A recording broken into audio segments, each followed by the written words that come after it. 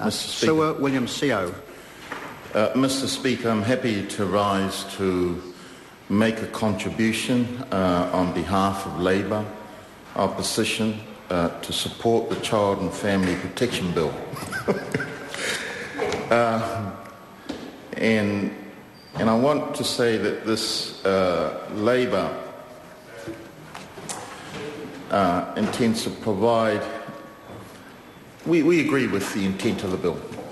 We agree with the intent of providing more protection for children who are victims of domestic violence and to ensure that the family courts can manage proceedings involving children appropriately.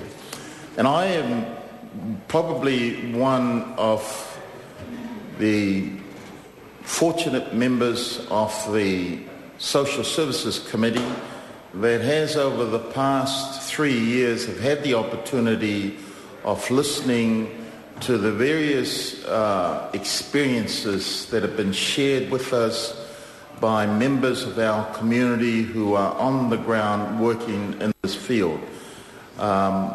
We have, myself and members of that committee, been involved in a process where we have looked at what is happening with our young people, had the opportunity of visiting some of the homes, facilities, community groups who are engaged in this activity.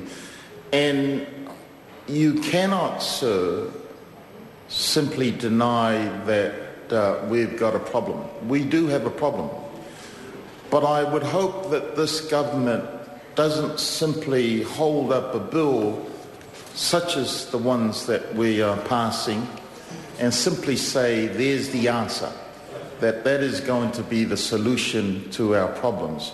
Because I have to say, sir, that whilst this bill is a step in the right direction, more needs to be done on the ground.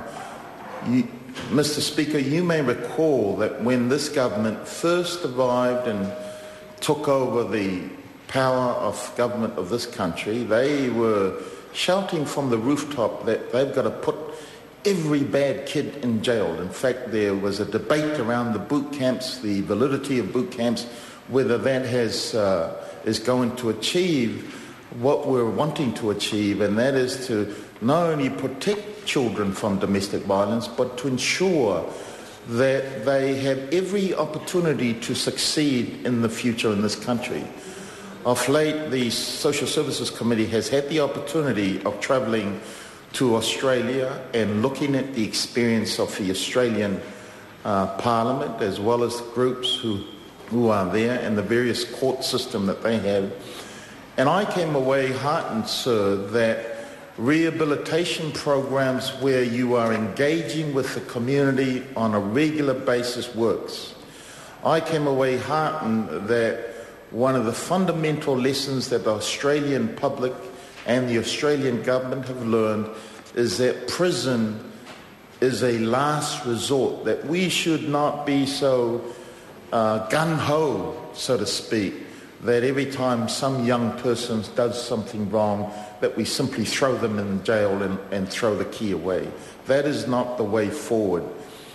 But in terms of our experiences with community groups through the length and breadth of this country who are working on the ground, we've heard some awful stories. And I have to say that I can sort of now gain an understanding as why some young men and young women are on the streets prostituting themselves because of the kind of abuse, sexual and physical, that they often receive at the hands of people who are supposedly loved ones, members of their families.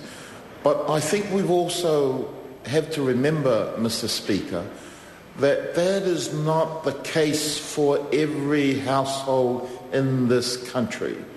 Because I think often we get so focused on the bad that we forget that there is good also in the wider community in Aotearoa, New Zealand. I also want to offer a word of caution, if the government is willing to listen, that there is a problem when we become so fixated on fixing a problem such as this serious problem, such as the problem of violence on our kids, on our young people, that we often then demean every other parent that is struggling to try and discipline and instruct and counsel young people that often get themselves in trouble. The fact remains, sir, that it is invariably human nature that at your teenage years, sooner or later, a young man or a young girl is going to get themselves into trouble. It happens. It's a fact of life. I'm sure my colleagues on the other side of the house will agree I've got myself into trouble, but probably not as the kind of trouble that other members on the other side of the house may have gotten themselves into. But the reality is, the point I'm making, young people push the boundaries, young people challenge, young people want to learn, and from time to time, one or two are going to get themselves into trouble.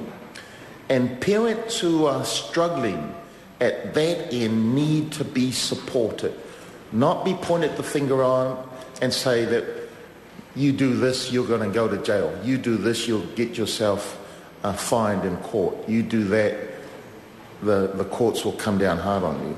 So what I'm saying, sir, this is not the sole answer. This piece of legislation is not the sole answer.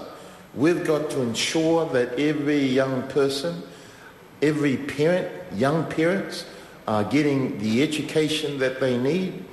And we've got some really important programs out in Manukau where young women or young men who find themselves to be young parents are able to receive the support that they need, not only to cope with parenthood at such young age, but also to continue with the educational opportunities that is available to them.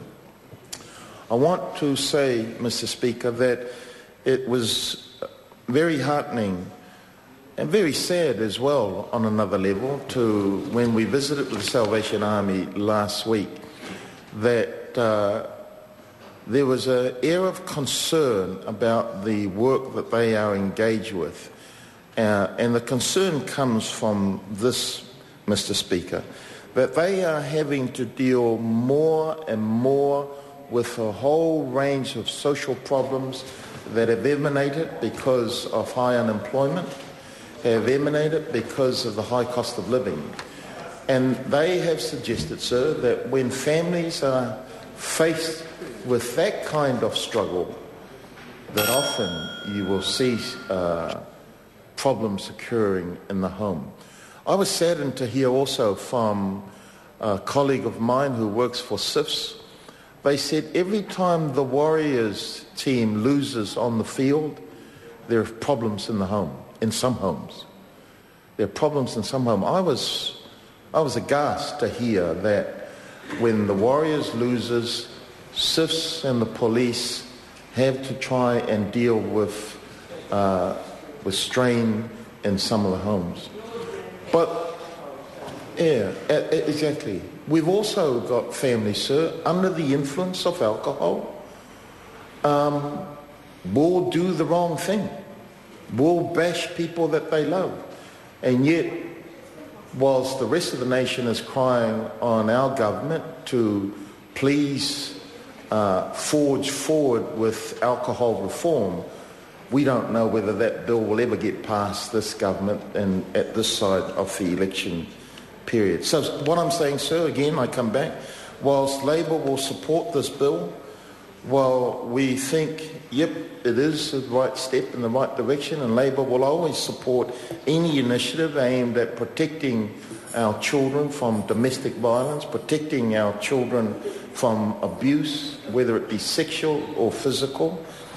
I don't want for this government to think that simply passing a piece of legislation is going to solve the problems. We need to ensure that we look upon families, children, as an investment for the future. We need to ensure that young people are given every opportunity for their learning.